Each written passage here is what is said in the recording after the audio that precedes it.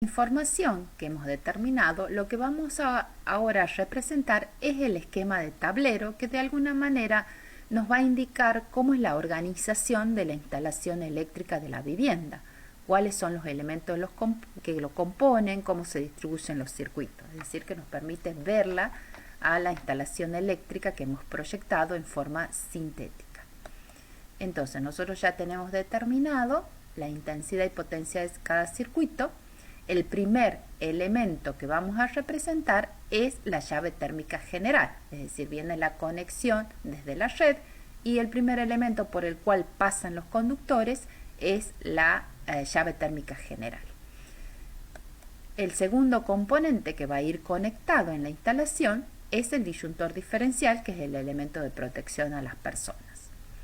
Por ahí van a pasar los conductores. Luego, los conductores se van a dividir en los distintos circuitos, cada uno de los cuales va a tener una llave térmica que los corta, digamos, en caso de desperfecto. Entonces vemos que de los dos conductores que entran se van dividiendo dos conductores para cada uno de los circuitos, cada uno con su correspondiente llave térmica, que son las que hemos dimensionado nosotros en el paso anterior. Entonces, el interruptor principal lleva indicado cuál es su potencia y su intensidad.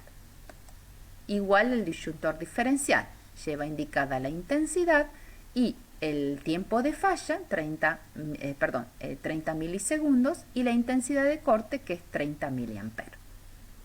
Y en el caso de los circuitos, llevan indicado el tipo de circuito a que corresponde y la potencia de cada uno de los circuitos. Y también lleva indicado la intensidad de cada uno de los circuitos, que es la intensidad comercial de cada una de las llaves térmicas, correspondiente a cada circuito. Pero la forma en que se los representa es una simbología que establece el reglamento. Esta es la representación que corresponde a la llave térmica general. Luego se representa el disyuntor diferencial con esta simbología y luego se representan las llaves térmicas de cada uno de los circuitos con esta simbología, siempre acompañando de toda la información técnica. Y vean ustedes que se representa una sola línea a través de los cuales se va a marcar después los conductores que hacen ese recorrido, pero se los representa con una sola línea. Y de esa manera queda confeccionado el tablero general. Si tuviéramos una planta alta, el reglamento establece que debe ir un tablero seccional en la planta alta. Entonces esta sería la forma de representarlo. Acá estarían los circuitos correspondientes a la planta baja y un último circuito que dice a tablero seccional, y después se representaría un segundo tablero que es el seccional, ¿sí?, que viene en la línea del tablero principal, y se derivan otros circuitos que corresponderían supuestamente a la planta alta o a un sector más alejado de la vivienda. Esa sería la representación cuando hay un tablero seccional. El otro elemento que vamos a determinar es el grado de electrificación. El reglamento establece, según la demanda de potencia máxima y la superficie de la vivienda, el grado de electrificación.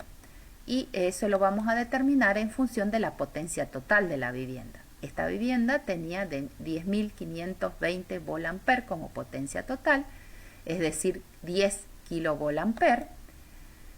Estaría entre 7 y 11 kilovolt-ampere, es decir, más de 7 y menos de 11, por lo tanto le corresponde un grado de electrificación elevado a la vivienda. ¿Sí? En función del grado de electrificación se contrata el suministro, el cual puede ser monofásico o trifásico. Monofásico es cuando se conecta una de las tres fases o positivos de la red y el negativo, y tenemos una tensión de 200 volt-ampere. Pero puede ser que la vivienda requiera una mayor potencia y en ese caso lo que se pide es una alimentación trifásica, que entran las tres fases, se conectan al medidor y el neutro, y en ese caso tenemos una tensión de 380 volt-ampere. Eso ya depende del proyecto de la instalación eléctrica, de la magnitud del proyecto. Y y la empresa establece que a partir de un grado de electrificación medio recomienda contratar un suministro trifásico, ¿sí? Es decir, cuando se superan los 7 kilovolt-ampere, para poder tener la tensión necesaria para alimentar todos los artefactos eléctricos de la vivienda.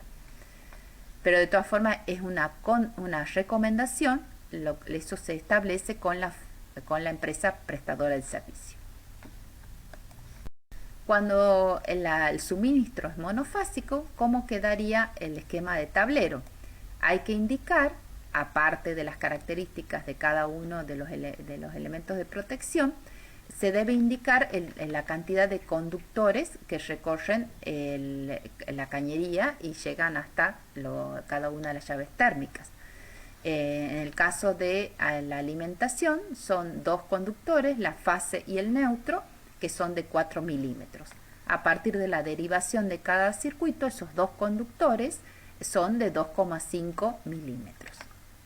Y si el tablero si es un tablero trifásico, vemos que entran las 3 fases, los interruptores y disyuntores son tetrapolares, y entra el neutro a cada uno de los elementos, tanto al interruptor principal como al disyuntor diferencial. A partir del disyuntor diferencial, ya las llaves térmicas son monofásicas porque se distribuye una fase y el neutro para cada circuito.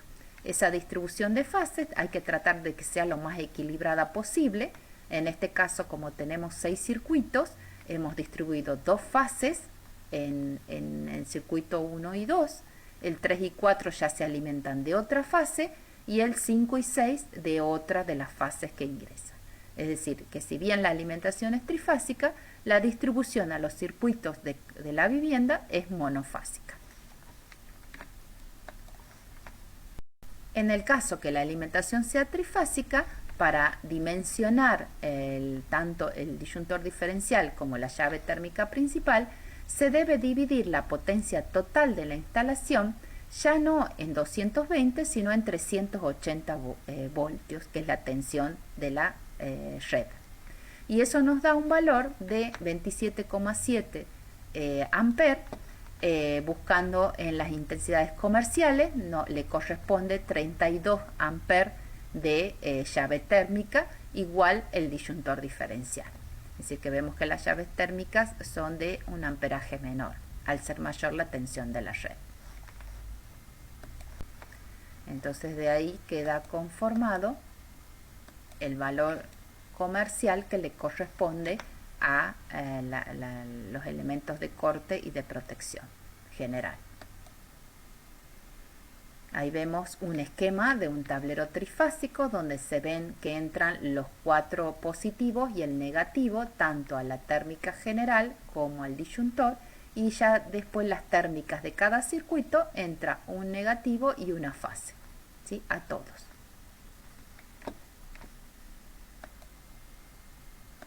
En ese caso, los conductores que se van a representar en el esquema del tablero son 4 en el ingreso a la llave térmica, 4 cuando sale del disyuntor, pero ya cuando se deriva a cada uno de los circuitos, ya van 2 nomás, una fase y el neutro, como veíamos en la diapositiva anterior.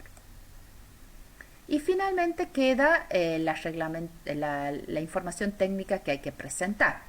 Toda esta instalación que ustedes han hecho se presenta en una carpeta donde va un plano de esta modulación, que puede ser cualquiera de estos módulos, y en ese plano se dibuja la planta con la instalación eléctrica, con una carátula que es reglamentaria, que establece el municipio, y allí se indican la planilla de potencia, que es una planilla donde se va indicando la potencia de cada circuito, la intensidad de cada circuito, el tipo de circuito, como ustedes lo han hecho en el proceso anterior.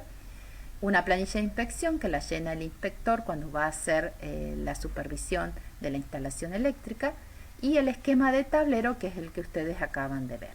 Toda esa información presentada en la municipalidad. Y con esto terminaríamos con el tema de instalación eléctrica en edificios de baja complejidad.